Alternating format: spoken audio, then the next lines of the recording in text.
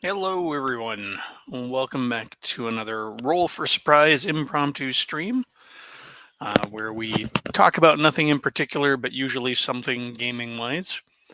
Um, One whole person watching, and that would be Mage's Musings. Thank you, sir. Uh, so we'll see if anybody else remembered or is able to attend, because this is super late my time, which means it's even later other folks' times. Uh, For any of you who pay attention, you might notice that the backdrop here has changed.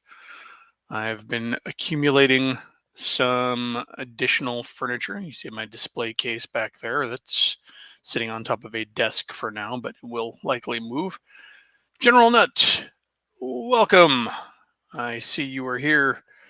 Well, yes, it's only 6 p.m. on the West Coast, but a lot of folks are eating dinner at that time or on their way home from work.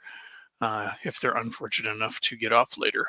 Anywho, so yes, my wall is accumulating storage and shelving, which is nice. Eat and watch is that I would welcome them eating and watching, but not everybody's family is cool with that. All right, so do have a couple of things in mind to start the chat. And then, if folks actually start showing up, they can always ask me questions or whatever. So I don't know if it was today or yesterday, but something came up that got me thinking about um, some things that I consider when I'm sculpting um, uh, and designing ranges of miniatures, but also that I think applies well to role playing games and dungeon design and stuff. So there was the conversation today on the Old Geek about dungeon design. Thanks, General Nuts. I like drawing maps. I used to be very much a manual pen and ink kind of guy, and then digital tools have been very useful in the age of COVID and remote gaming. So, consistency of design and the curse of everything. These are two things that are related that I wanted to touch on, and these are things that have plagued me in my pursuit of a miniatures range, designing a miniatures range, but I think can also hurt people who are designing campaign settings and adventures. So, first off, consistency of design in my mind is making sure that the choices you make within the project you're working on make sense in the context of each other. Um, you know, if you are going for a very serious, gritty, grim, dark kind of adventure, having slapstick elements or funhouse dungeon elements may not work, or at least will require a lot more work to make them fit in properly. Um, Now, the curse of everything uh, is often what leads to breakdowns in consistency of design. Uh, Having everything at your fingertips and everything as a possibility and available to you when it comes to creating uh, can definitely be a problem. The limited palette is always a good thing to go with. If you're designing dungeons, you may just muddy up your dungeon if you just start throwing in everything that comes to you. So, to avoid the curse of everything, you really want to maintain and keep in mind that consistency of design. And so, when you have an idea, running it through your filter, or your design filter, your design parameters, is a really good way to make sure that you are not overstuffing, making your dungeon so broad that it just has no focus. Um, so that said, pretty simple concepts. Where I've run into both of these, honestly, and I mentioned earlier, is in designing miniatures ranges. I have three miniatures ranges that I've designed under in my line of miniatures. Each of them is a different alien race. They have been sculpted by other sculptors, but the designs are mine. And in those cases, each of them presented a view of an alien race and a military. Now, this is just as an example, and to demonstrate the logic that I'm talking about when it comes to consistent design and avoiding the curse of everything. Um, so, when I was designing each of these races, I considered how I wanted them to look, what their base themes were, and what threads would be consistent throughout their troop types and their unit types. Um, this is analogous to figuring out what your dungeon is, what it does, and what kind of rooms or monsters you want to have working through it.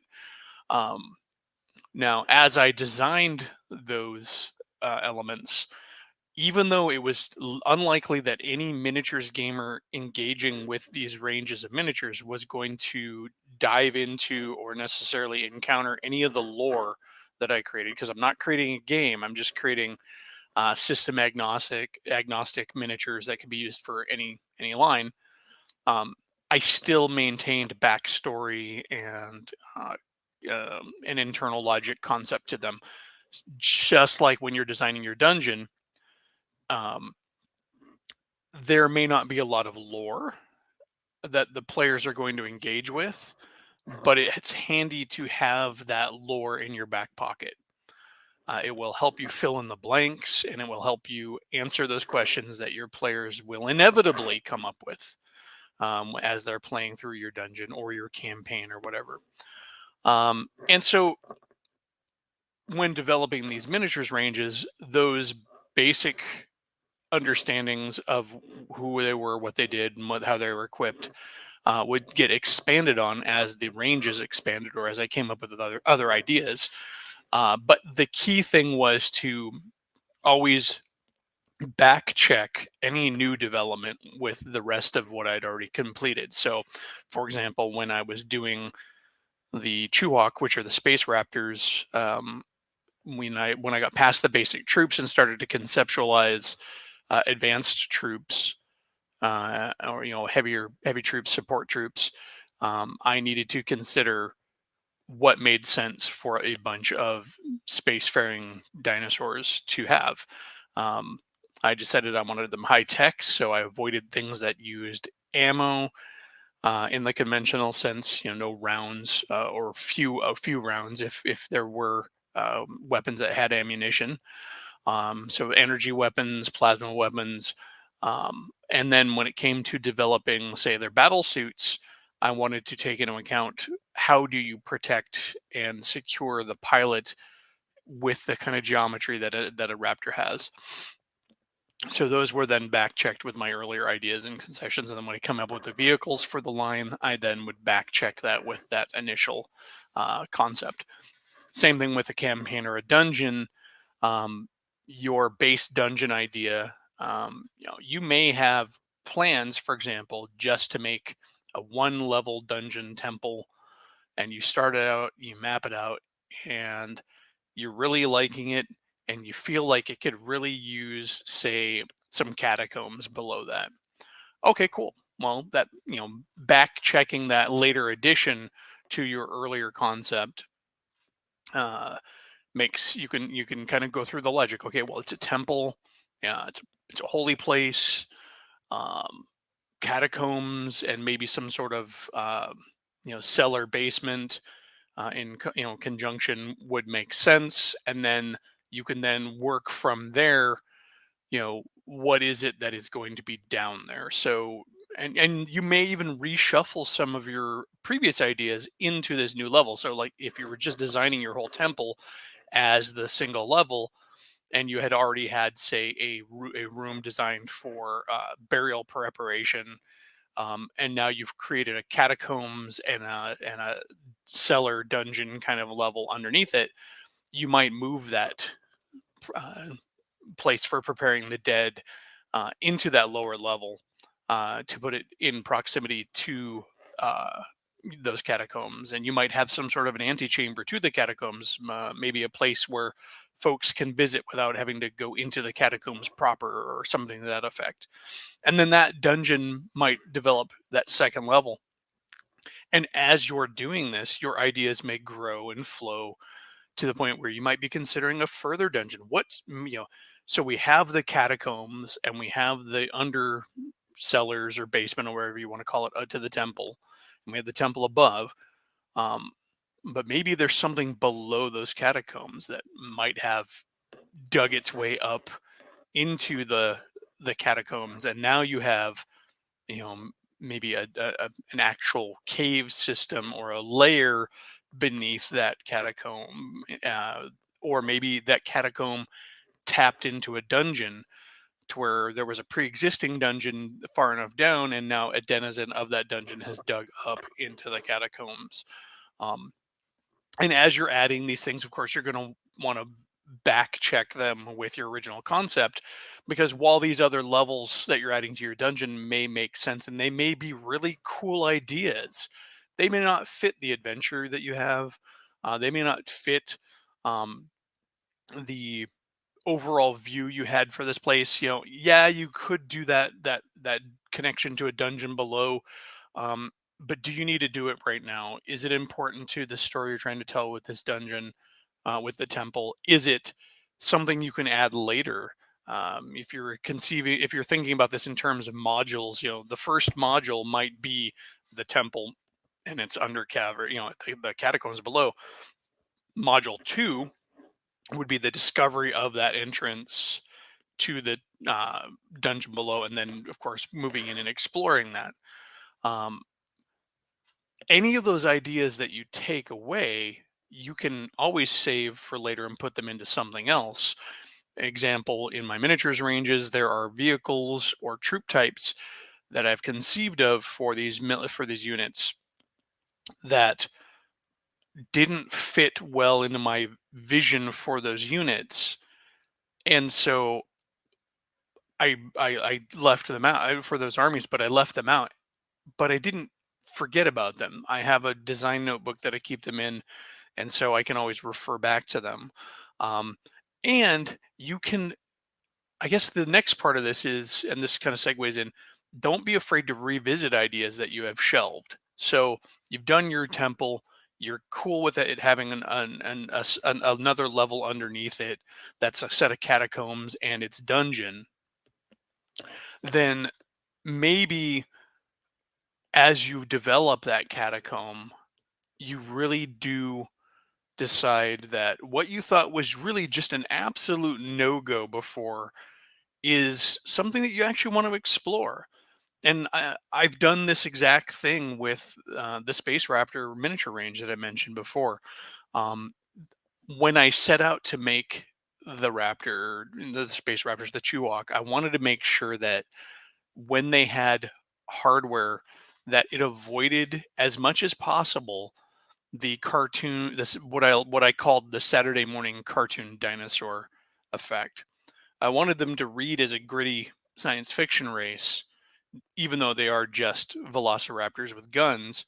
And so I wanted to make sure that they didn't have vehicles that were thematically based around dinosaurs. And this is something that I would see come up time and again with designing alien races that had an animal uh, visage to them. It seems to be there's always this desire to make the vehicles reflect the creatures that drive them. And it always seems silly because that would be like saying that we run around in tanks that have a front glacis that's made to look like a big gorilla face. Or all we don't cruise around in walker mecha because we are humanoid, and that makes sense. Now, granted, we may want to get there someday, but then with the Chewok, I did come back and sort of kind of renege on that a little bit because I had a good idea for a flyer that was based loosely on the configuration of a Tapejara, which is a type of flying reptile. I'm sure I'm mispronouncing that. I'm sure it's Tapejara or something like that. But in this case, I could justify it in that the dinosaur people that were making it were utilizing the biomechanics of a Tapayara uh, to make a flying plane. And so, yes, I revisited the old idea from before. And with your dungeons, don't be afraid to do that. So, this is, like I said, consistency of design is what we're talking about most here. But it's also that curse of everything. If you were to just stuff all of your ideas into your dungeon just because it came up, now that might make a really fun, crazy fun house mega dungeon, but it's likely going to be less satisfying as a serious dungeon. You do want to have that consistency, that internal consistency, that logic, that consistency of design with your dungeon setup. Even if it is a crazy fantasy dungeon, with lizard men and slimes and stuff going everywhere, it probably should make sense with those. Um, so, I mean, it's definitely worth taking a little bit extra time. But that's like that was the thing that I had on my mind that I wanted to share. Now it's only giving me 17 minutes worth of talking, um, and it looks like I've got one person watching. So that one person may be General Nut or Mage's Musings or somebody else. Who knows? Um, if anybody had any specific dungeon design questions or even just miniatures questions or anything like that, I mean, honestly, just ask away whatever. If you're actually watching and paying attention, of course, that one person showing may also just be me. Could be talking to myself. Uh,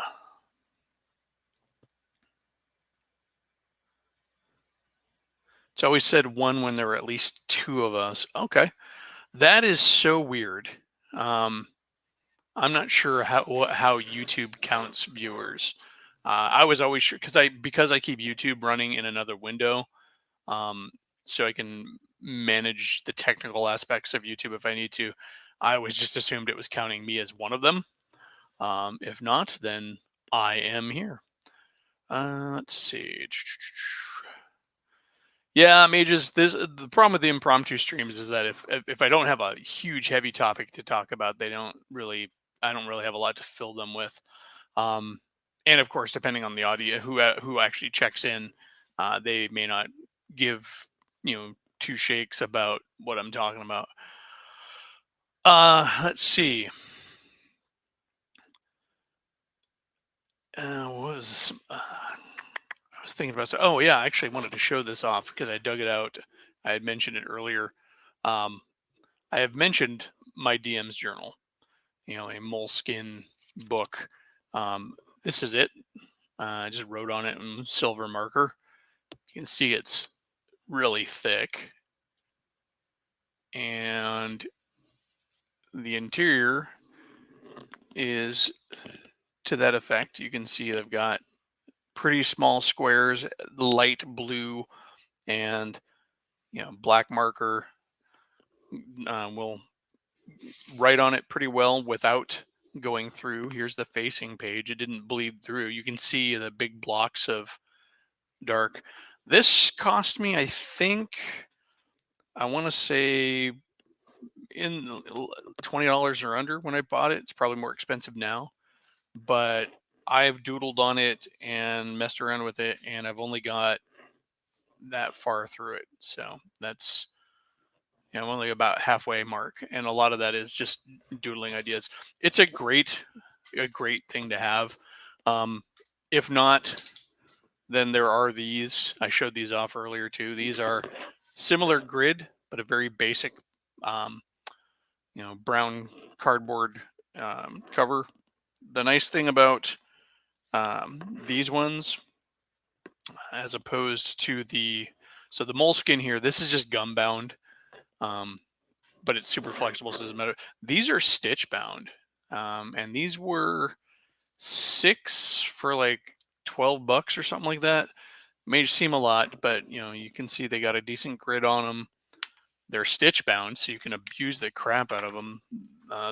one of the first ones I was working with, I actually was dry brushing on it, but I've managed to fold this one all the way back and crease it so it would lay flat, and it's not losing any pages or anything like that. So those are actually really good.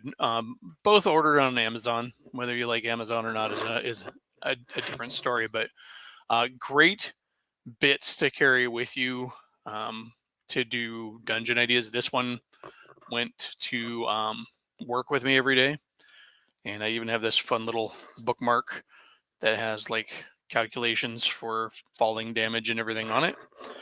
But let's see. See if I can find some of the cool stuff I did in here. Have some pretty involved maps with notes. I mean, these are actually designed right here just to run off these pages. And then I did some trap workshopping in here. Let's see if I can find that. Yeah, so I did some trap workshopping. You can see that here.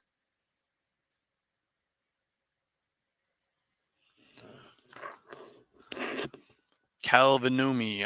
It's Vanoni. That's a new name. Welcome to the stream. But yeah, see more trap design. Kind of talking. I was talking earlier on Geek Stream about how I like a little bit more involved traps. This one here at the top, I actually used that in a dungeon, and it involves a magical sacrificial altar that you have to shed blood onto to extinguish the flame at the center of the water-filled chamber. And when you do that, it freezes the water, and then you can walk across to the treasure, the stone coffin that's in the middle, upon which the flame was burning, and get to the treasure. But when you do that, when you open the casket at the center, it then activates some undead that are hidden behind big bronze shields around the chamber. So those are just skeletal warriors. And then as you fight those, every turn, a zombie will climb up out of the pool, one of the previous sacrifices, and also start attacking. So there's a challenge in there with the trap, but then the encounter has you fighting undead in a couple of different waves as you're trying to get to the treasure, and then get out of the room. So it's a fun one. Well, I'm sorry if I missed your name before. Certainly, all are welcome, and I appreciate folks showing up. But yeah, so that was a brief little diversion into showing off design tools. It is always good to keep something handy. These are infinitely portable. You can see that they're very thin, but they are still like 60 pages, 30 pages. I can't remember which size ones I got, but there's more than enough room in here to map out and design an entire dungeon. So a collection of these, because it could easily, stack up on your shelf or in your book bag as you come up with dungeons. And next thing you know, you've got yourself a little library. You can rubber band them together and carry them as a collection, or to bind them together in collections of, let's say you did these, each one is a module. And because they will lay flat, because they're stitch bound, you could always do the old school thing and sort of like have your fold out map in the middle, and then draw individual rooms and the like, and describe things on the individual pages. So those are good. I use them a lot. Let's see. Looking around my game room here. So now that I have a few of you here. Anybody have any specific questions they wanted to ask? Uh, or I can even throw up an invite if somebody wanted to come on and give a chat. Let me go ahead and do that.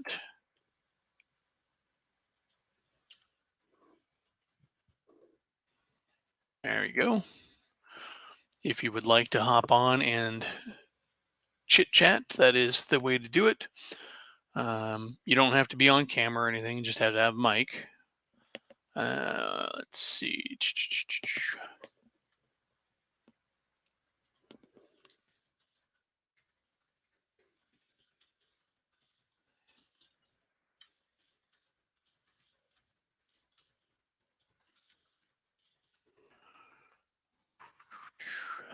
Hey, 28 millimeter RPG.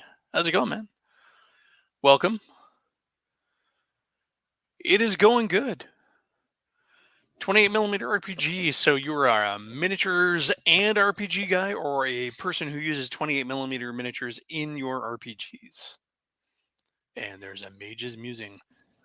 Hello. Oh. How's it going, man? Hello, hello. Let me just mute the tab. There you are. Oh. Long time no see. Oh yeah, it was like ages ago. I know. Yeah, my wife was off getting together. She found a cool little kind of stitch and bitch function that's local, and so as we are newbies to this locality, she jumped at the chance to zip out and try and engage with that community and find some fellow crafters and enthusiasts, which I fully endorse. To the point where I dipped out on my D&D game today so she could go. Although I have other reasons. My niece is sick, and I don't want to bring that home. So I'm not sure I can endorse dipping out on D&D, my friend. Well, I don't want to bring a head cold back to my wife who has chronic head pain issues. All right, you get a pass this time. This time. Yeah, I'm actually surprised that my brother decided to run game because he's the host, and so he's having a bunch of parents who also have kids come over and expose themselves to cooties. So I don't know. They're better gamers than I, evidently, but 28 millimeter RPG. Correct me if I'm wrong. You're also a Canuck, right? You're in Canada. I think they're invading. I knew it would happen. Invading. We're taking over. I knew it would happen someday. Lived in Washington long enough and looked across that border and saw your beady-eyed floppy heads getting ready to come across. No, paint mostly board game miniatures. Do not use minis and RPGs. Mainly, I play theater. So do I. I have miniatures, and I have fantasy miniatures, and I have sci-fi miniatures, but most of my miniatures are for miniatures wargaming. Yeah, he's in Alberta, so he's Canadian. Yep.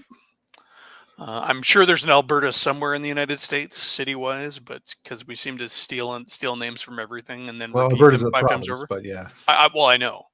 But in the United States, we might have a city named Alberta, is what I was saying. I may have gone through the American public school system, but I went through it before it was completely broken. So there's an American town named Quasqueton. I was like, Yeah, there's an American town named Everything. I'm sure. I'm sure there's actually one called Everything. Everything. I have no doubt. I do prefer Theater of the Mind. I do have a miniature for my current character that I'm working on. I actually secured his hat. I cut it off of another miniature. It's a floppy wizard hat. There's now a wizard miniature with no floppy hat, but my brother does 5e with battle maps and stuff like that. So in his game, I figured I would flex my miniatures sculpting / conversion hobby, and he's got 3D printed models for all of the rest of the people in the group. I'm like, no, I'm going to do it old school. Back in my day, if you wanted a custom mini, you had to cut shit apart and pull out the green stuff. But let's see. Grand Prairie. Yeah, I'm pretty sure there's a Grand Prairie like 8 times over throughout the Prairie states, and then up through the Prairie provinces. Friend Yeah, of mine grand. from BC got a job as a teacher in the Bible Belt of Canada, and she was telling me about it. I'm like, so evidently the Bibling doesn't stop at the border. But Yeah, it was we got some religious types here too. yeah, it was awkward for her because she was a practicing Wiccan. So, but it's, Yeah, Grand Prairie is pretty up there. I wasn't familiar with it. He's northwest of Edmonton. oh, cool. Well, I welcome. I dated somebody in Red Deer once, and that wasn't long lived. Long distance commutes or long distance relationship, not my thing. Is General Nut another Yeah, Canadian? he lives near here. He's close to Toronto. That's why I No, said BC. we're taking over. Yeah. No, 28. BC is not the Bible Belt, but she was from BC and then got a job in the Bible Belt up there. So she went to school in BC, and that's actually most of the time I've ever spent up in Canada was visiting her and then hanging out with her college friends up there. So, Oh, so you were in Seattle for a while. So you were just a hop, skip, and a jump oh from yeah, I've Vancouver. lived Yeah. my entire life in like a 50-mile stretch of Washington State, Mm-hmm. kind of in the north end. So Canada was like an hour and a half to 2 hours drive, and much easier to get to back when the border was wide open. And I used to hop a Greyhound and just go up there for the weekend and then get back. Although I was under in the country under threat of arrest for one visit. Which was amusing. I went up there with too little money in my pocket. Didn't have a bank account statement showing I had enough money to support myself for the days I would be there, and I was up there too soon after my last visit. So they gave me this piece of paper, and they're like, "Have this on you at all times, and if you get caught by the police without this, we're gonna lock you up." I'm like, "All right," but they did it in the most friendly and nice way I can imagine. I used to get more flack trying to get back to my own country than I did going up to Canada. Well, we are very nice.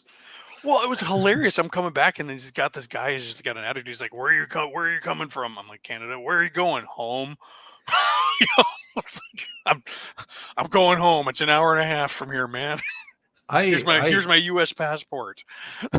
I was driving I was driving down to Columbus once, and the guy, the border guard, he gave me the craziest third degree, weirdest questions too. It's like, so this car is not registered. No, it's my sister's. I borrowed it.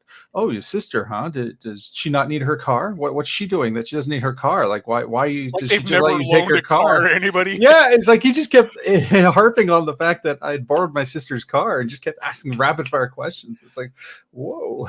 Yeah, what they're really so it's funny. One of the times I Greyhound up there, I made it through real quick, and I stood there next to the bus driver, and he was giving me the rundown on what they do. He's like, "Yep. So while you're in the line there, they've got all these cameras on you, and they got a guy in the back in a room who's trained to look for tells, and so they'll randomly pick somebody out of a group and rattling them with questions, even if they're not suspicious of you. They're trying to create tension in the line to Mhm. make the person who is suspicious nervous." And he said, like, they'll even look for things like, that guy is of such and such ethnicity. They don't normally do this behavior. And look, he's grabbing his shoe or whatever, he's itching his foot, whatever you want to call it. And it was like really interesting and eye opening. I'm like, well, that's interesting. It's just like, okay, that's a lot of work. But they did that when my wife and I traveled actually to Disneyland on our honeymoon.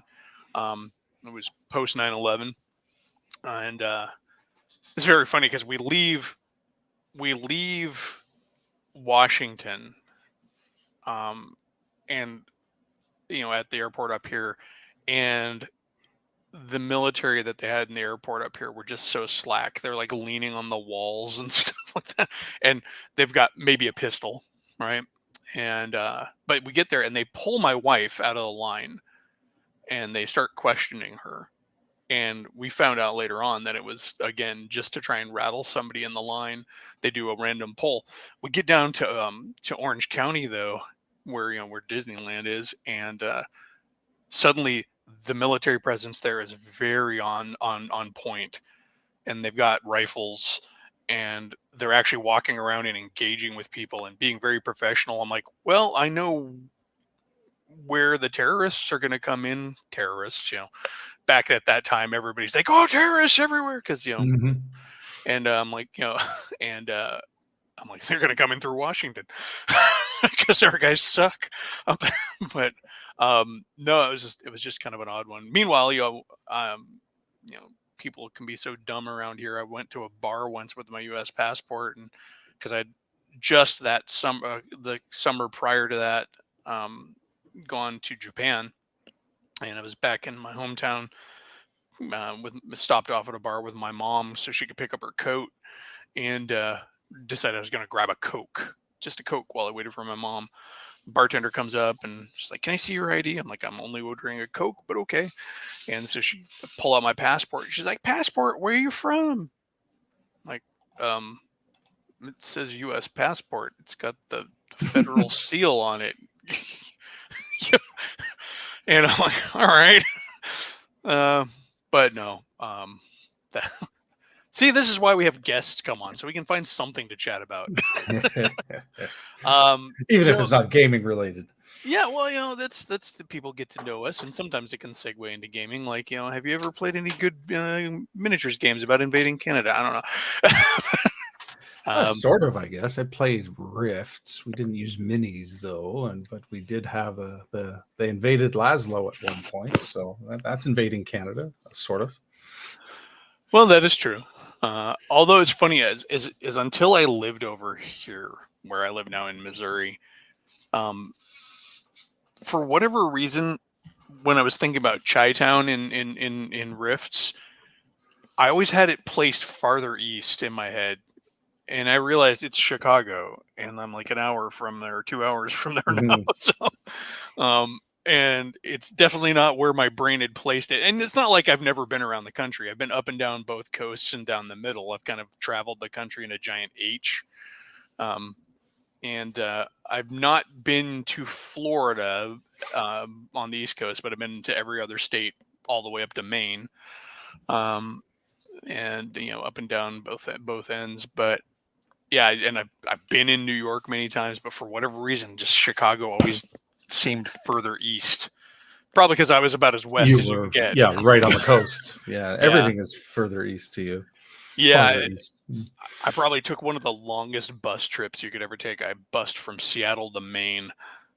On That's a, yeah, that's a big trip. it was supposed to be 4 days, but it took 5 because we got snowed into Billings, Montana, for 36 hours.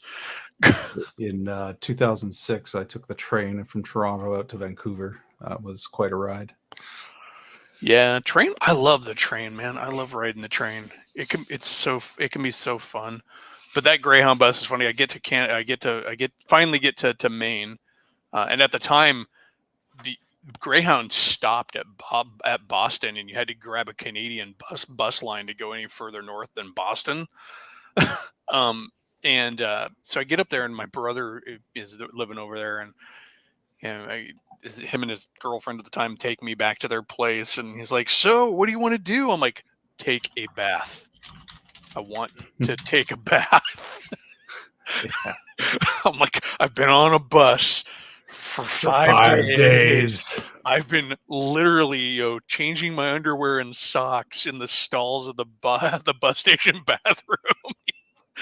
Uh, but it was a fun trip, though. I mean, looking back on it, it was an interesting study in humanity. You start out as a bunch of strangers on a bus, and by the time you get down to that last stretch, you're exchanging phone numbers, and hey, come on, visit me back if you're ever back in Seattle. Come visit me, you kind of a thing.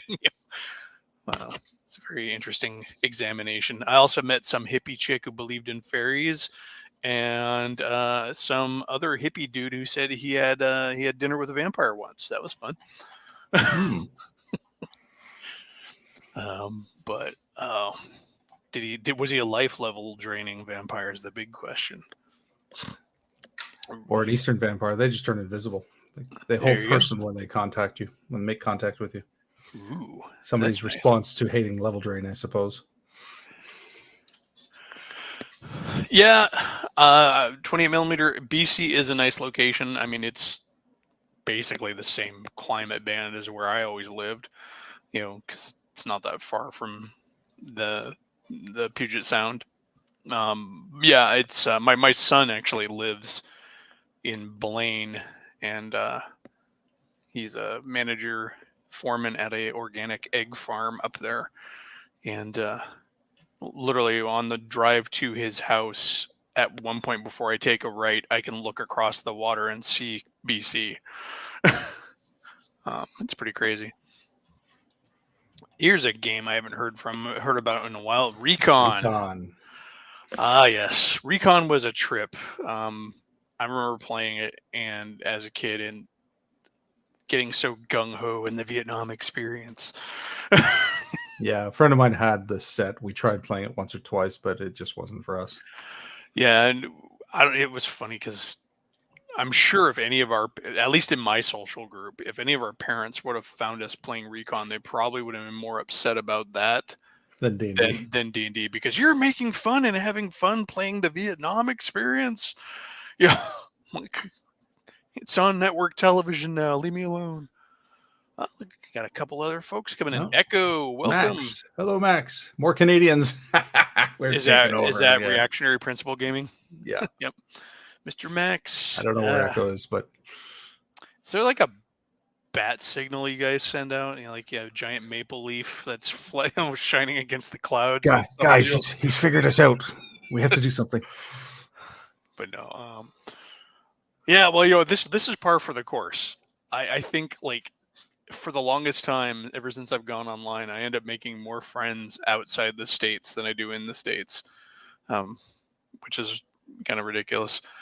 But Waffle House spot. Oh, it's funny. I keep seeing them here now that I'm in Missouri, in the land of the Waffle House, and I'm Waffle House curious, but but I don't think I can quite commit to the Waffle House. Oh man, You can't commit. How waffle? Womp womp womp. But no, besides, I think I've forever been spoiled by Beth's Cafe back in Seattle. So great place, little independently owned. You go in there, the walls are covered with artwork drawn in crayons that are at every table. Back in the 90s, it was full of like grunge kids and art school kids and stuff. And just I would go there with my friend Dominic, and he would remind me just how poor of an artist I was compared to him. We'd draw the same thing, and he'd have it cranked out in no time. And here I am fumbling around like a gorilla with a, sharp stick that he's burnt the tip of to charcoal. But it's a great place. It actually almost closed down because of COVID, and then there was actually a kind of a rally call to save it, and they managed to. That was awesome. Great little spots like that need to stay around, and like giant plates of hash browns, and you can get like a 12-egg omelet there. Well, that's an eating challenge, but it's amazing. Protein. It's down by Green Lake too, so if you ever visit Seattle and you're looking for a little fun little divey piece of Seattle, go to it. It's great. Blaine, yeah, Blaine is nice. It's just too far away from everything. I mean, I'm not a city kid. My ideal place, honestly, is living about 15 to 20 minutes outside of a city, which in Washington can have you on a farm. Yeah. Let's see. Only after 3 a.m. I can't even be awake to 3 a.m. anymore. Oh, the days. I would like to say that, but it's one of those cases lately that, around 11 midnight, I'm drifting off. Oh, it's time to bed. Lie down in bed. The moment I hit the pillow, I'm wide awake until 3 a.m. But if I figure out while I'm awake, I gotta get up and do something, I immediately start getting drowsy again. It's a curse. This man knows good crabs and giant slugs. But we also have the banana slugs. I should put Those on my are guys. glasses. I read 70s clubbing. Well, that also was here, I'm sure. But actually, in the 70s, I'm not sure how. I mean, Seattle. In the 70s, I was a wee child, but I was born 71. So I used to shock people by telling them, "Yeah, when I was born, the Vietnam War was still going on." Still going. Yeah. He was only going for 2 more years, but.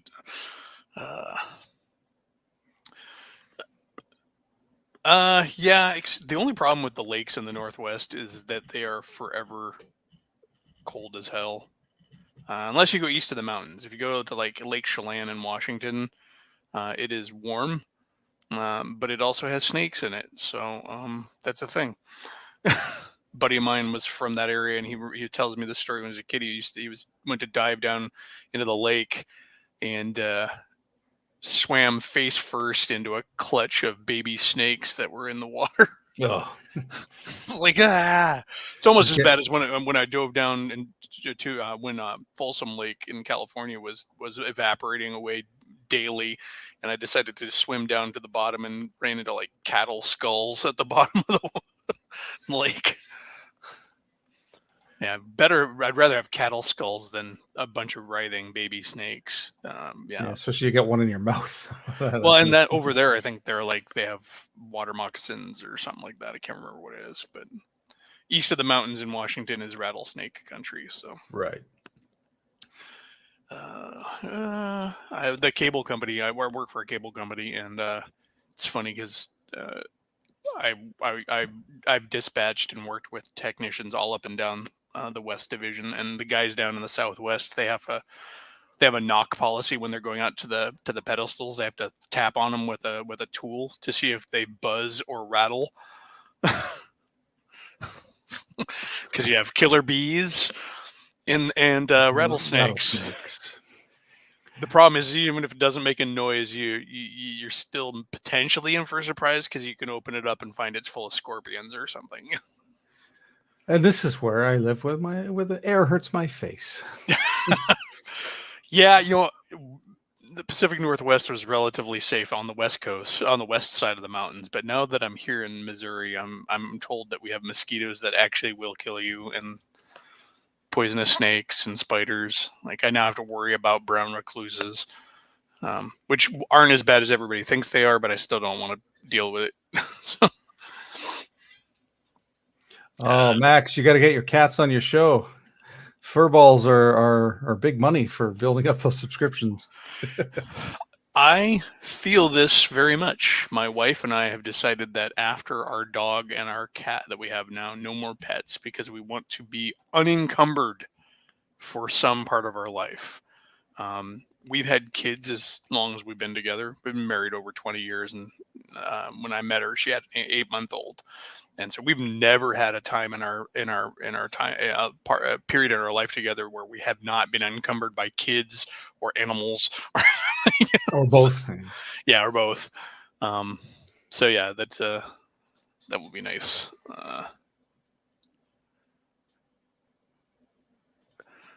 Talking about recluses, they are, but it's funny is that when I got here, I deep dived into knowledge on them because I'm a nerd, and that's like back in Washington, we had a policy, a no kill policy on spiders in my house, because I would capture them live and I would identify them, and then I'd make sure the kids knew what they looked like, and if they found one, they'd come get me, and I'd take it and I'd put it outside.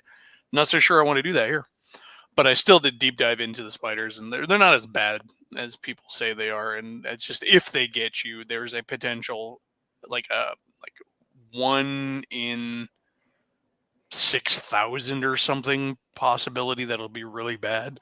So yeah, that's we're talking pests. Max points out we have ticks. Ontario has ticks. Yeah, they have those here scorpions and spiders and snakes. We have ticks. Lyme disease for everyone. They have those here too, and that's another thing I didn't really have to worry about in Washington because I don't know what it is about the Pacific Northwest.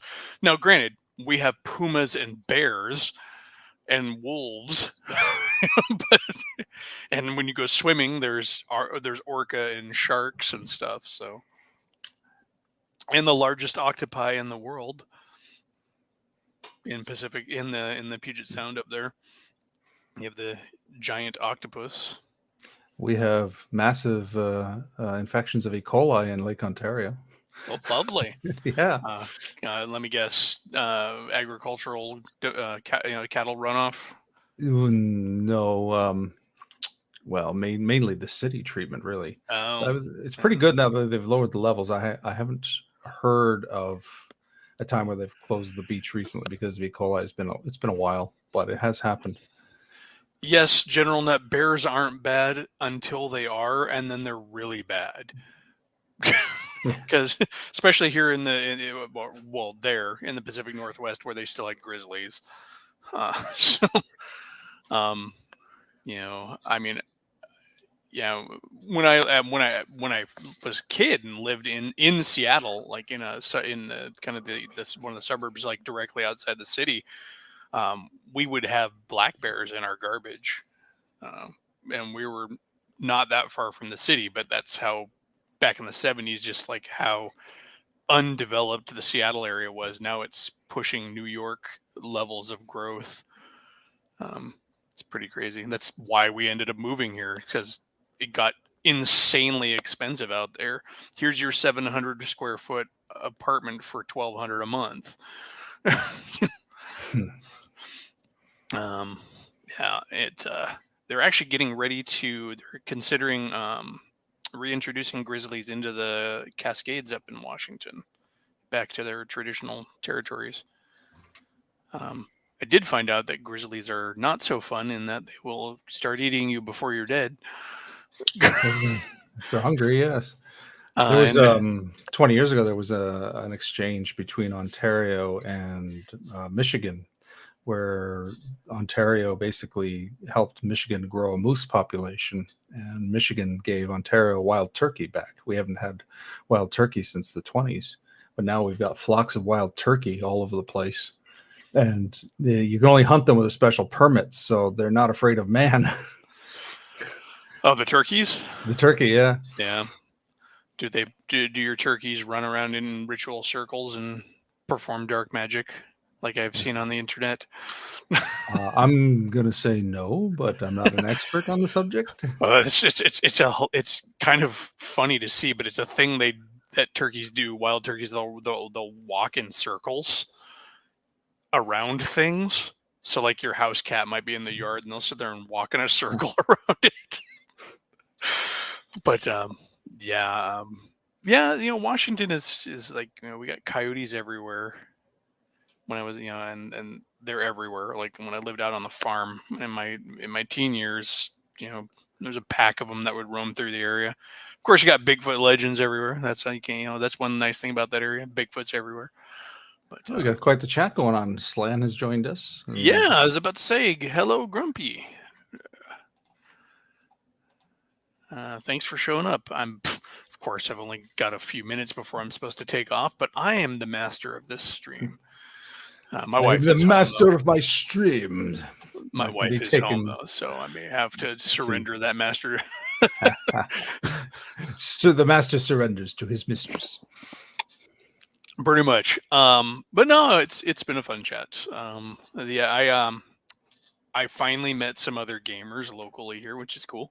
I mean, I did meet some through my brother for role players, but I actually met some miniatures gamers and was gaming with them the other day. That's cool. So starting to network. I found out that I have Miniatures Market, which is a great store in the area, and I can go to their website and order stuff and do in-store pickup. So gaming commerce became really easy. It's like a 20-minute drive for me, but they have a massive gaming space and stuff, and they also have a big role play nook down there too. So it's kind of cool. Well, there you go. Yeah, that's how it all begins. You'll start cultivating the players again. Exactly. And then I also have my basement. I mean, I've showed it off in pictures on Geek's stream as it develops. But it's 1,000 square foot basement, and I have about 800 of it to myself. It's So bigger than my apartment. yeah, it's heated, it's air conditioned. It's not carpeted or anything like that, but I don't need it to be. I'd be afraid if it was carpeted because I also use it as a workshop. So, Right. but I have a giant table that With eventually that we'll be gaming that at. hutch in the background there, you're going to fill that up with minis and stuff. That is the plan. Yes. It's probably not going to stay there because down the wall I've got I've got one display case that is half an octagon that sits against the wall nicely, and then I've got a square upright um, display case as well. So I kind of figure I'll put them all together. And then I got 3 bookshelves of gaming books, and I still have more books to put on shelves. It's nuts. Wondering if you could put a shelf right behind you as a backdrop for your stream, right? A shelf like on the wall behind me there. No, like pull it right up so it's immediately behind where you're sitting. So you have that, like all your D&D books and some miniatures right You know, there as I background could, for your screen, your but stream. it might make sense, but the space between me and that desk behind me is not as big as the camera makes it look. So putting a bookcase behind me would really close me in here. Rotate the desk around and put it behind so it's back to back sort of so you have a little office space on the other side. I mean, just the idea is you have a visual for your streams, that's thematic.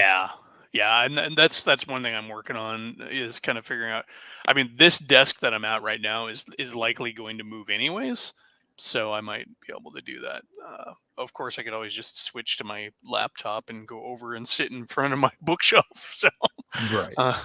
But if you got a setup, you want to leave it where it is. You want to keep it fixed. Yeah, I'm at my PC right now, which is right next to my work computer, which is convenient. Because during the workday, if it's slow, I can tool around on my own PC and not have to worry about key tracking or stuff like that. So, but no, it can get a little loud down here when the laundry is going. But we're probably going to put up a wall. People who owned the place here before had framed it out down here to getting ready to put a wall in. They just never did. Never did.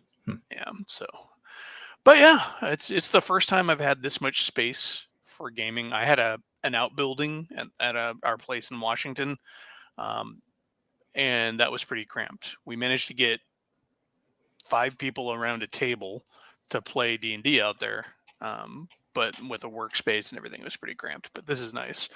Well, with all that space, you can set up the perfect thing for your own little game streaming setup with multiple cameras and a big table. I don't know if I'm that ambitious, man.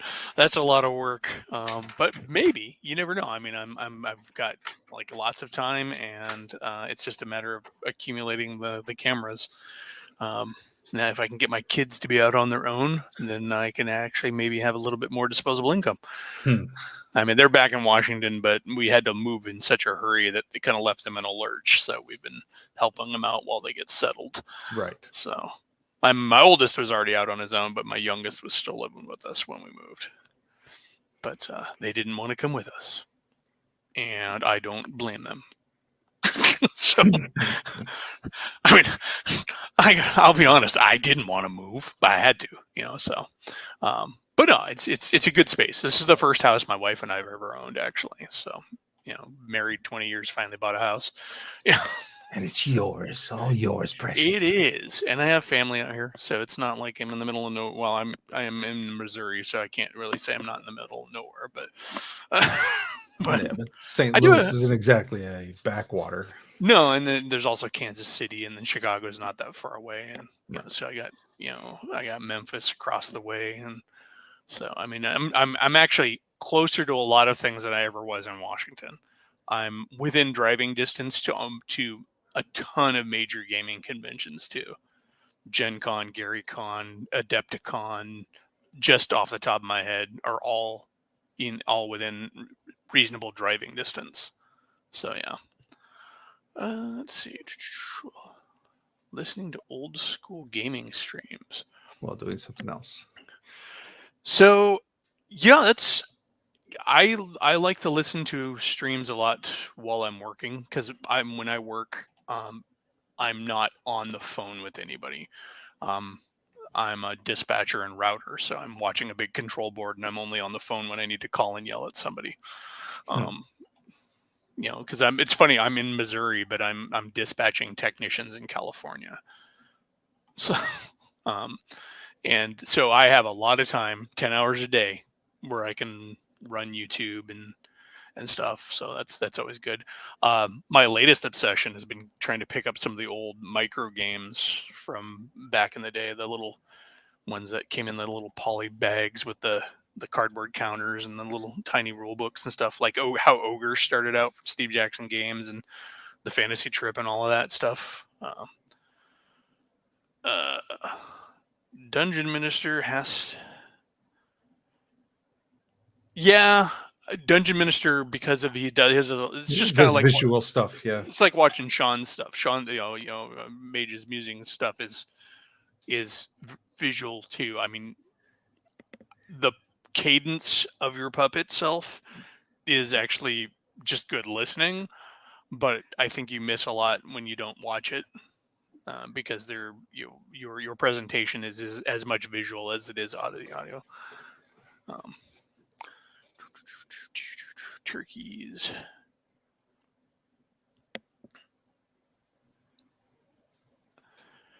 If they're old style as opposed to like, so old school gaming streams as in they're put together in an old school way. Old stool would not be something you want to watch. Um, I think he means like theater of the mind, so everything's yeah. described. Oh yeah, maybe. Um, yeah, I actually used to try to do. I when I had when my channel was alive before, I tried to do a few game recaps, and those were just really rambly and meandering. I love So everybody thinks I quit just because I took 2 months off.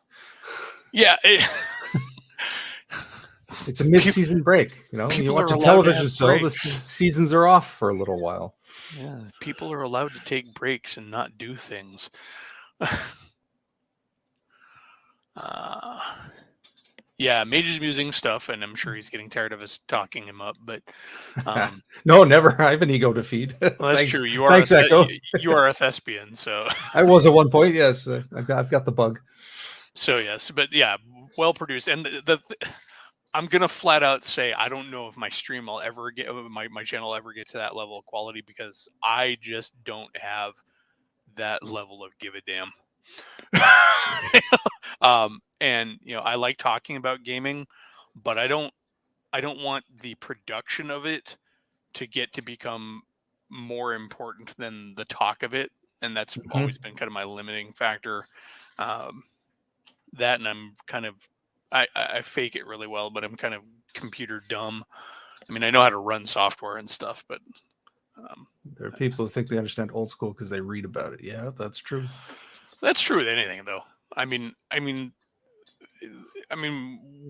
whatever it is, there are people who think they understand war because they read about war. There are people who think they understand psychology because they read some psychology texts. What, you mean I don't? There's some people who think they understand puppetry because they made a puppet. I didn't make the puppet. What? I didn't make the puppet. I had it No, made. I'm kidding.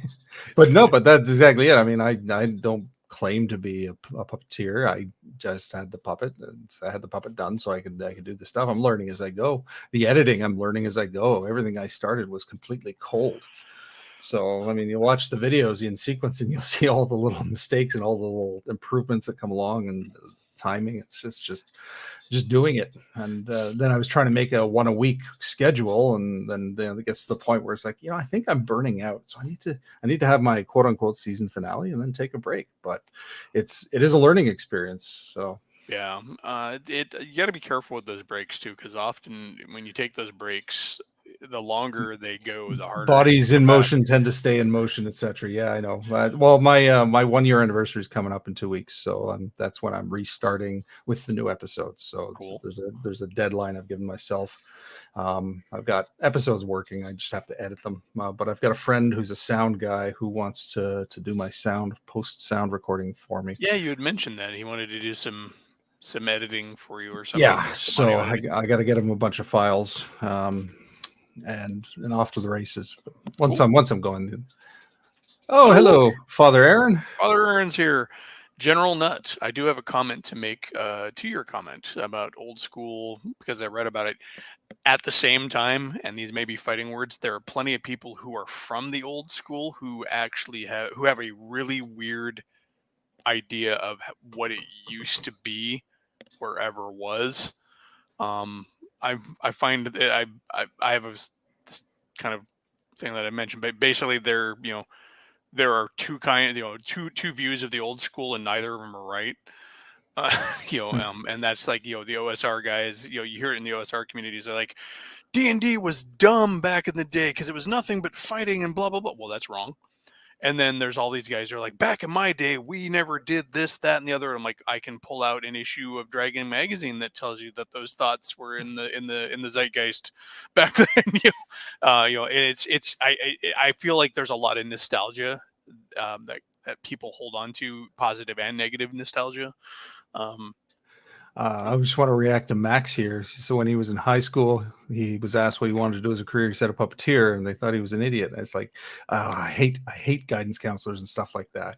It's like, but the response there is, yeah, tell that to the people who made the Muppet Show. Tell that to Jim Henson, right? yeah, Jim Henson, or even, I mean, even if it's not Henson, there's still a lot of other popular famous puppet shows. Think of all the special effects guys who are out there Yeah. basically doing puppetry.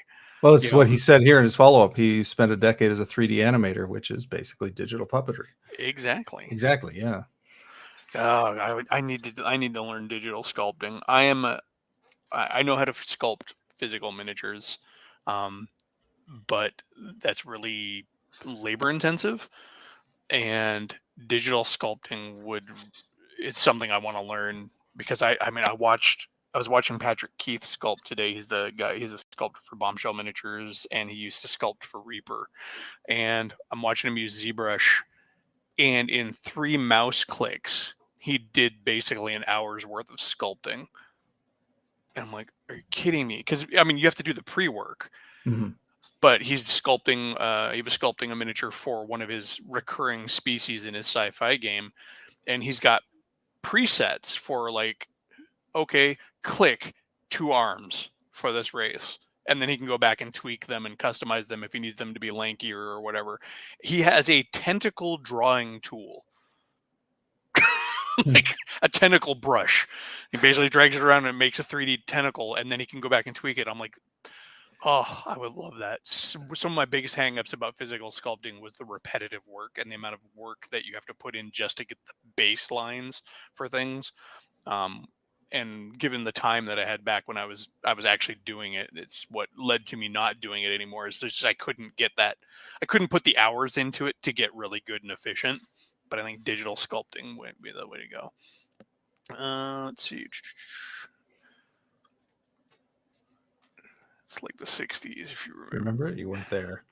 Well, I literally wasn't there. So, Yeah, and the thing is, I think so. I think the one thing that people forget about gaming back then, when we talk about this is how it was, and this, or as opposed to, and this was never there. I don't think any of us were ever that well connected with other gamers to have a huge grasp of what gaming was. yeah, You we had know, our own groups and how we did it. you might run into other groups occasionally, or if you're one of the big con folks, you probably had a better idea.